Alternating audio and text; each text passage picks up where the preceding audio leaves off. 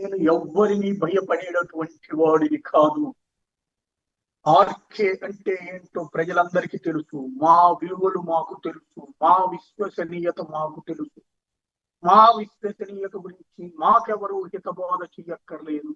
జగన్ కి ఆ హక్కే లేదు. వాళ్ళమ్మని వాళ్ళ చెల్లిని వదిలేసినటువంటి వాడు. అలాంటి వాడిని కాదు నేను. ఇది చెప్పుతున్నా. మళ్ళీ ఆర్కే గారు ఎడిటోరియల్ కాలత ఎందుకు కెలకడం? చేసేదేదో దమ్ము ఉంటే చేయొచ్చు.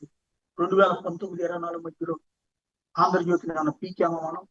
ఈనాడుని ఏమైనా పీకామా మనం? రామోజీరావు తప్పించుకుంటున్నప్పుడు ఎందుకు చేత కాలేదు మనకి?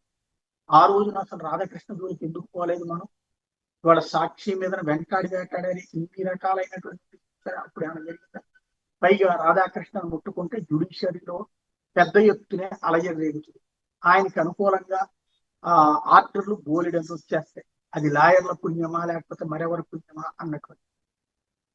చంద్రబాబు గారి సన్నిహితమైనటువంటి వ్యవస్థని షీల్డ్ చేసి కాపాడేటటువంటి వ్యవస్థలు. కాబట్టి ఇంకా విక్టిమ్ కార్డు ప్లే చేసిన వీరుడుగా ముందుకెళ్తాడు తప్పించి ఆర్కేని ఎవడు ఏం చేయట్లేదు.